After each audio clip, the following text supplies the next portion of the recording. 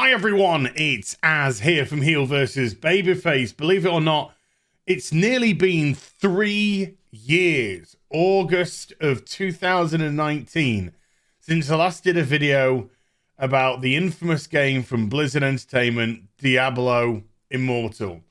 First announced in 2018, the game was very much mocked and laughed at BlizzCon. We all remember red-shirted... Is this an out-of-season April Fool's joke? We all remember... we don't have any plans at the moment to do PC. Do you guys not have phones? Yeah, you guys all have phones, right? And we all remember the absolute cacophony of laughable information that started to come out afterwards. Most notably, when NetEase and Blizzard tried to release some sort of "we're working together" photograph to show how connected the two companies were. Unfortunately for them, the picture that they released was NetEase telling Blizzard how to monetize the game. Whoopsies, we'll get back to that very shortly indeed.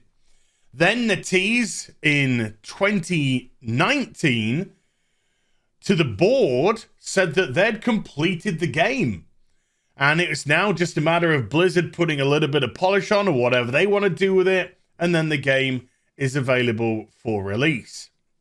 Things went exceedingly quiet after that. Went exceedingly quiet for a long time.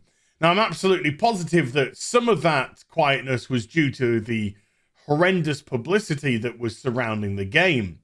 I think Blizzard were hoping out of sight, out of mind, and if this game resurfaced a year or two later, then hopefully all those negative feelings would have subsided or at least diminished significantly. And they were right.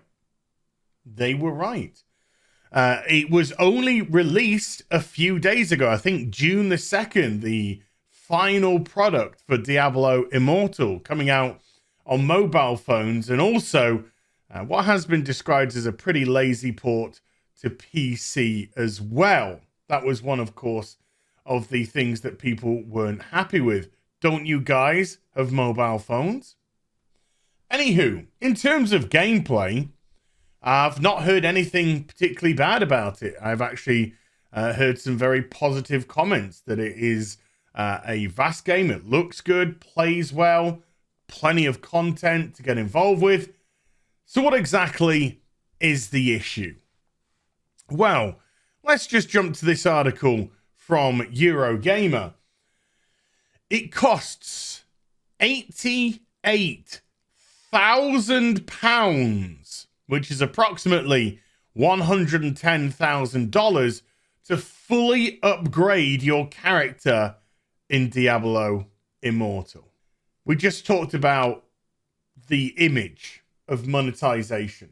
We just talked about the image of NetEase and Blizzard sat down together in perfect harmony as NetEase told Blizzard how to get money out of people. But there is getting money out of people, and then there is just immorality.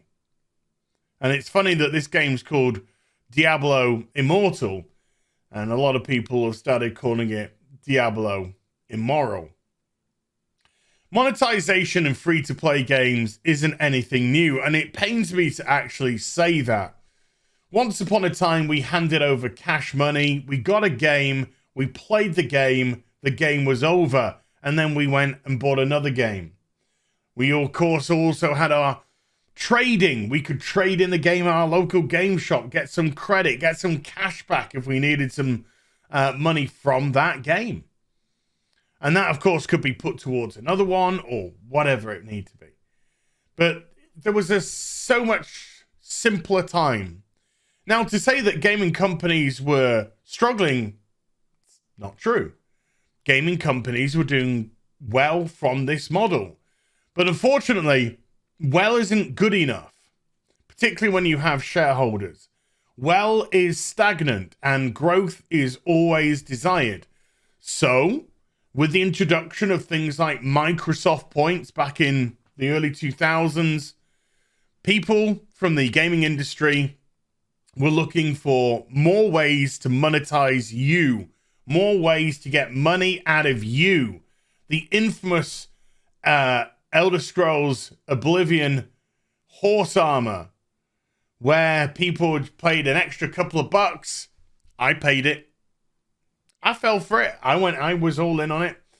Paid that extra couple of bucks to get the horse armor, was mocked mercilessly.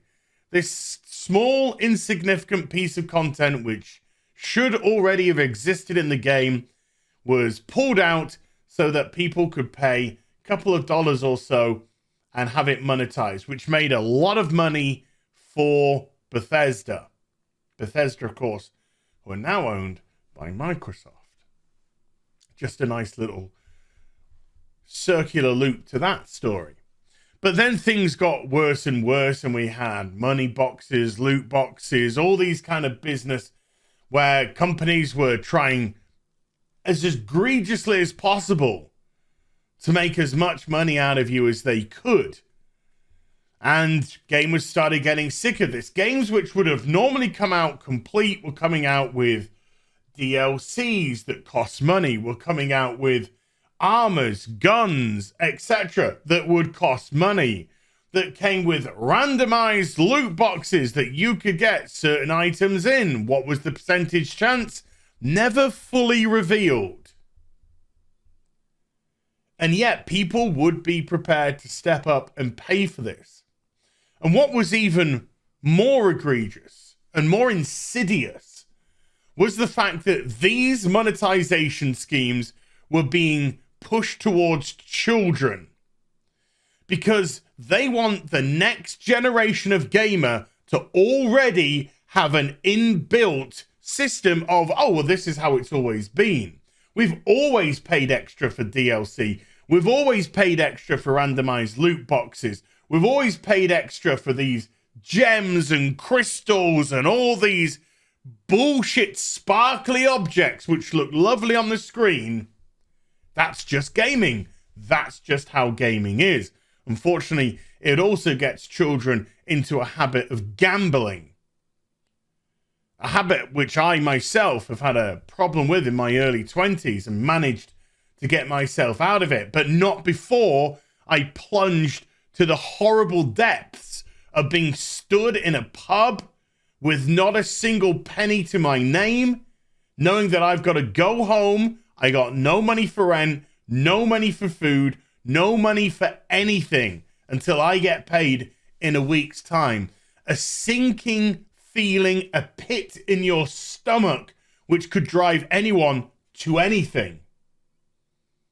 From self-deletion to all manner of stupid ideas.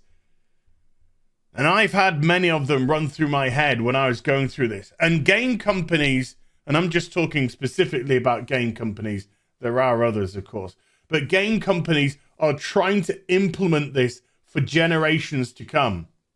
Get your kids gambling, get your kids used to monetization schemes, because that's the way that they want to push forward. Hell, I'm even going to pay The Last of Us 2 a compliment here. One of the worst games that I've ever played in terms of narrative. At least you paid for the game and that's what you got. An old-fashioned system. Well, I'm kind of feeling a little bit like an old-fashioned kind of a guy when you see headlines like this.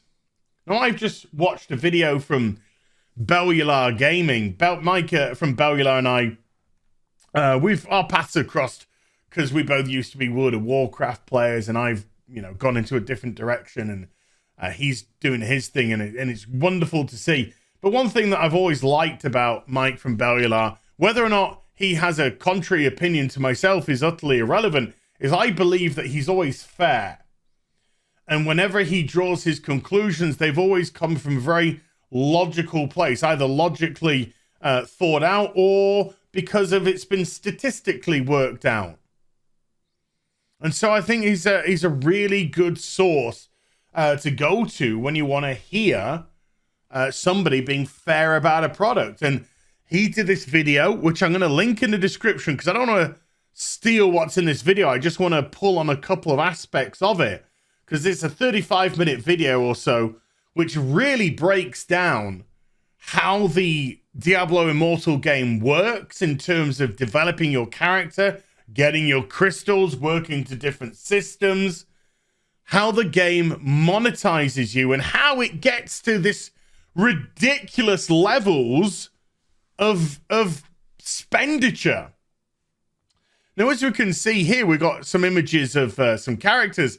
Now, to get from the plebeian character on the left to the sparkly, shiny version on the right, it's going to cost you $110,000. And that's to get all your stats and everything. How? Well, as you can see from what they've said, there's a single stat in the game that currently costs basically $50,000. Let me jump to another part of this video and we'll break down a little bit more. Long story short, it's about $40,000 to $45,000 to fully max out 6 5-star gems to rank 10 right now. They're a 5% drop rate and you need 100 of each, plus the corresponding gem power. If there's 8 different, that's 800 gems, assuming you'd loot an average of around 100 each. And if there's 10 at launch, that makes 1,000 gems.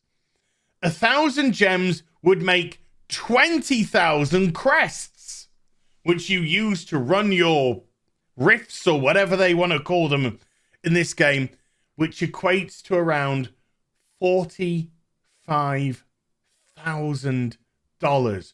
Crests and gems and 5 stars and sparkles. In order to go from 40 to 50, from 40 to 50 to 50 to 50 on your 5-star resonating boards, because you got to have another system in place, of course, to add that extra little bit. And by extra little bit, $50,000 to $60,000. You would have to spend another 50 to 60 grand.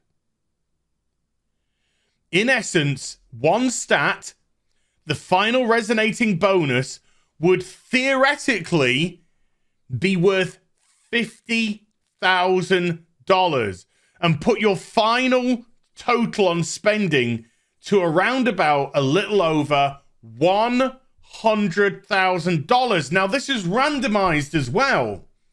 So you might get a little bit luckier and it costs you less. You might have some terrible luck and it costs you more. This is going law of averages here. There is an update as well. We know that one of the 2 stats, and it's hilariously bad compared to the cost. The final 50 out of 50 bonus is 1% reduced incoming damage. What the fuck, Blizzard? You think that's worth $50,000? Now, we talk about whales, and I think the perception of a whale in terms of video gaming is somebody that's just got a lot of money to spend on the game. Now, that's partially correct, but not fully correct, because we don't know the mentality of the whale. They've been given this name, but we don't know how vulnerable this person is. It's all well and good imagining that they're just millionaires that can just throw this money away and it's meaningless to them. But these could actually be people who have significant gambling problems, people who have significant addiction issues. And how they're getting the money, they could be getting the money through, funneling all their wages, funneling money from family, stealing. Who knows how they're getting this money? We hear about stories, of course, of credit cards being taken from family members and used to purchase this kind of stuff. So the connotation of what a whale actually isn't as simple as it may seem, as just some rich person with access to funds to do this. This is absolutely disgusting. I have said for a long time now, Blizzard is just a disgusting company with a lot of disgusting people at the head. And of course, that was shown by the way that they treated their staff. You can go and watch my previous videos about that. But this is a company that's no longer innovating. This is a company that is looking to exploit. Once upon a time, a market leader in how gaming should develop, and how many people took Blizzard as an example, the reputation of the company, and now it's all in tatters. In a matter of a few years, all in tatters. The reputation, the way that they treat staff, the way that they treat customers.